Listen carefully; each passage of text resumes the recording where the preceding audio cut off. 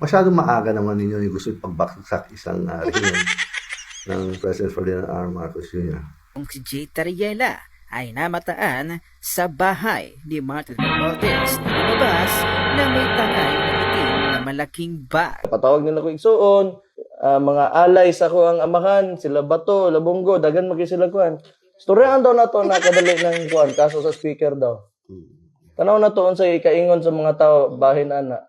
Magandang araw po sa ating lahat mga kababayan. Nagbabalik ang News That Matters para maghatid ng nagbabagang balita ngayong araw. Nilulubog na nga ang taong bayan dahil sa naging walang kwenta ang flood control project ng mga pulpul na politiko, kaya pa nilang manira mga kababayan at magpapreskon upang sirain ang mga Duterte sa panahon ng kalamidad. Grabe naman talaga na itong si Tamba mga kababayan winarningan pa itong si FPRRD na tila ang gusto niya iparating mambubudol di umano itong si Tatay Digong at mamamatay tao pa. Grabe naman talaga. Na paano nila nasisigmuraan mga kababayan na nangangailangan ng tulong ang karamihan. Ngunit kaya pa nilang mamulitika sa gitna ng masamang panahon. Ating pakinggan tong winika niya mga kababayan. Baka nakikita niya na yung hindi niya magagawa, baka mangyari na ngayon, kaya baka sinisiraan niya. Pero at the very least, yun ang sinasabi ko. Baka binubudol-budol din tayo noon.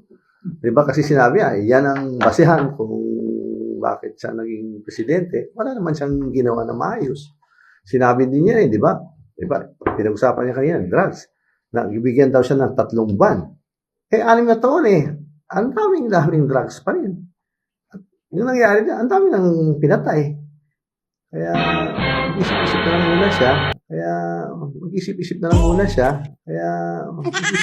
muna siya. They say those who are in glass houses should not cast stones. Na at least nung panahon ni Tatay Digong, alam ng taong bayan na nabawasan ng atigok itong mga adik sa bawat kanto ng bansang Pilipinas. Pero ngayon sa administrasyon ni Bangag, ayan, bumabalik na naman. At pinalalayan nyo pa nga ang mga drug addict na pinakulong ni FPRRD. Hindi niya alam na marami siyang kakulangan, di ba? At sa papilyang Duterte, siguro konting galang naman sa ating mahal na presidente at saka pamilya niya. Yung pahananon naman ninyo, ginalang naman kayo, di ba? Masyadong maaga naman ninyo yung gusto pagbaksak isang rehimen ng President Ferdinand R. Marcos Jr. Masyadong maaga naman ninyo yung gusto pagbaksak isang rehimen ng President Ferdinand R. Marcos Jr. Masyadong maaga naman ninyo yung gusto pagbaksak isang rehimen ng President Ferdinand R. Marcos Jr. Very popular siya. And he was elected with a bigger mandate than the former president. Kaya igalang naman natin yan. Yan po ang mandato ng taong bayan ng Pilipinas.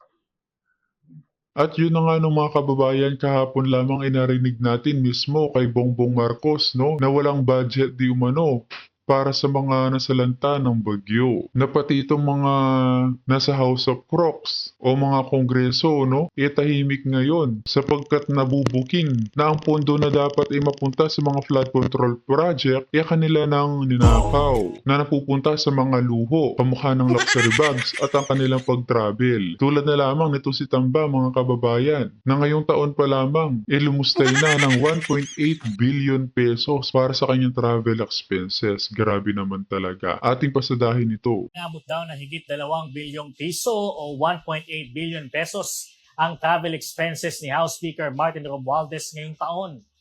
Binuking ito ng isang source mula sa Kongreso ng isang programa ng media. Ayon kay dating Presidential Anti-Corruption Commission o PACC Commissioner Greco Belgica, dapat magkaroon tayo ng mga leader na conscious sa paggasta ng kaban ng bayan. Samantala, tiniyak na fake news ni na House Secretary General Reginald Velasco at House Deputy Majority Leader and Quezon Representative David Suarez ang kumakalat na ulat ng nasabing network. Hinimok nila ang publiko at ang media na mag-ingat at ugaliing beripikahin ang kanilang impormasyon bago magpakalat ng mga akusasyong walang basehan. Paano ba naman kasi mga kababayan, pati mga pamilya nila sinasama kapag bumabiyahe ang mga ito pa ibang bansa. Na-check nyo man ang mga Facebook o Instagram, no? O anumang social media ng mga kaanak o anak nila Romualdez, makikita nyo doon mga kababayan. Grabe pa sarap buhay nila habang tayong mga ordinaryong mamamayan hindi natin alam kung saan natin kukunin ang pang-araw-araw na tustusin. Dahil sa nag-trending nga itong mga pa-Romualdez rice, no, o ayuda ni Tambalos, biglang bumira ito na hindi di umano ito sa kanya. Grabe naman pagsisinungaling yan, sir. Nandyan na nga ang pangalan mo. Kung hindi sa'yo, kanino? Ikaw talagang sarap mong batukan. Nag-iisip ka pa ba? Sa tingin mo manloloko mong taong bayan? Ikaw ang nagpasimula ng ayuda? Hay nako. Malag si House Speaker Martin Romualdez sa kumakalat na Romualdez rice sa social media. Ayon kay Romualdez, hindi sa kanya galing ang mga bigas na may tatak ng kanyang pangalan. Itatama naman ng House Speaker ang paglipana ng Romualdez rice na hindi malinaw kung saan at kailan ginawa ang pamamahagi nito.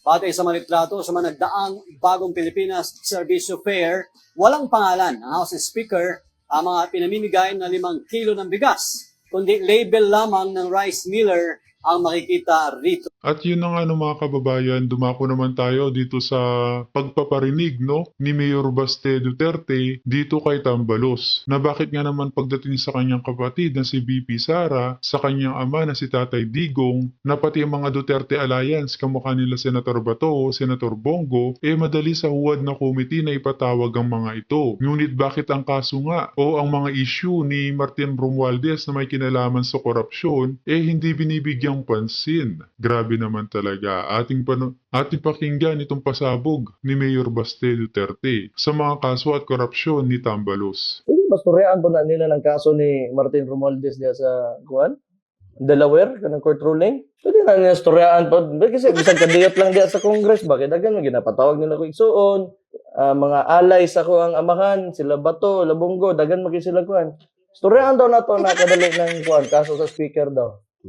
Tanaw na to unsay kaingon sa mga tao bahin ana. Kay ang isyu man gyud aning gobyernohan ganing nasod nato. Kwarta man gyud na. Kay dagag laog mutungtong og politika.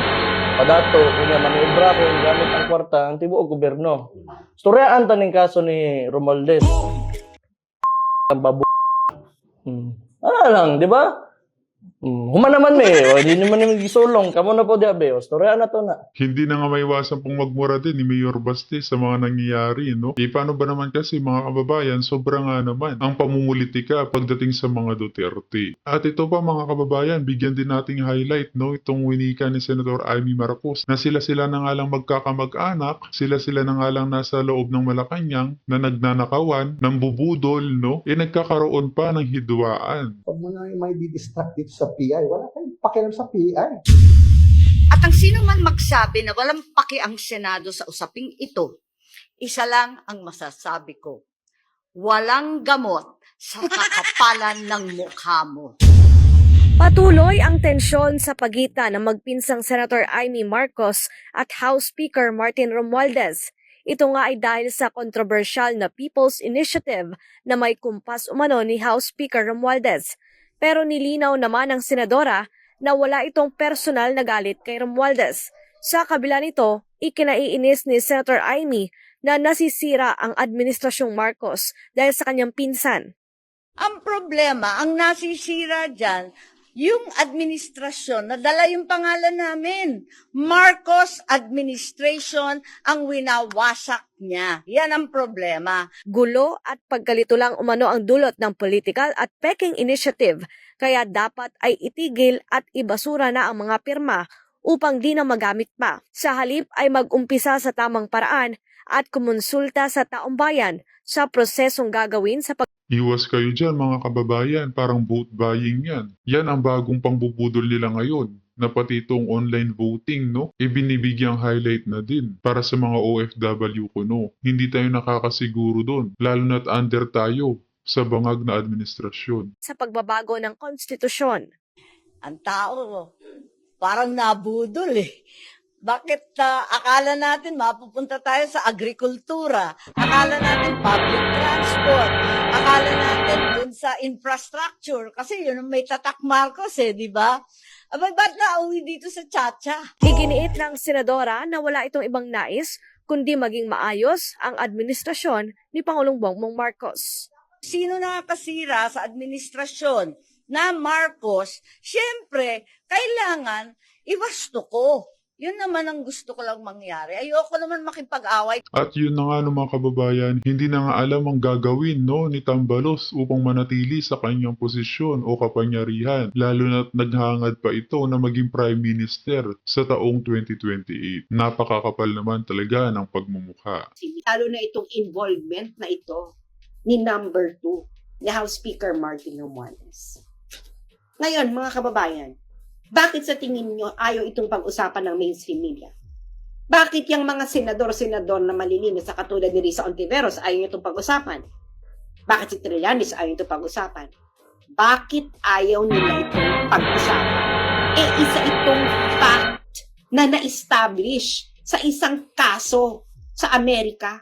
Tanungin ninyo mga sarili ninyo, bakit tahimik ang Catholic Church tungkol dito? Bakit tahimik ang mga elite na schools, Ateneo, UST, Lasal?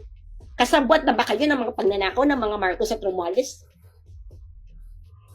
Mga mainstream media, patahimik kayo.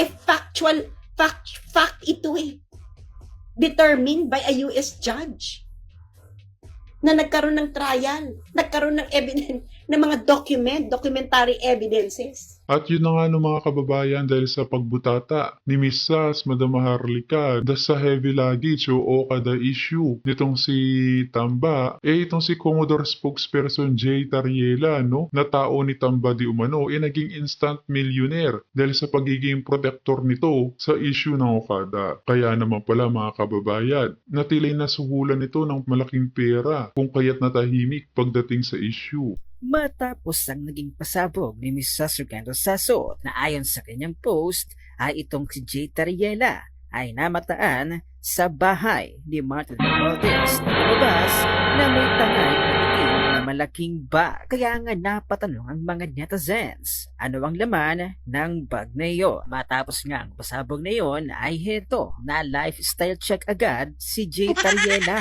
ng mga DDS. Unang inilabas ni EBJ Galbot ang watch na ito. Ang suot na ito ni Jay Tariela ay nagkakahalaga ng 174,000 mahigit. Sumunod naman dito ay 220,000 pesos na ganoon din ang brand. Pangatlo ay ang Omega Watch na nagkakahalaga ng 270,000 pesos mahigit. O diba? Bongga! Kaya't heto ang sabi ni Ibig Galbot.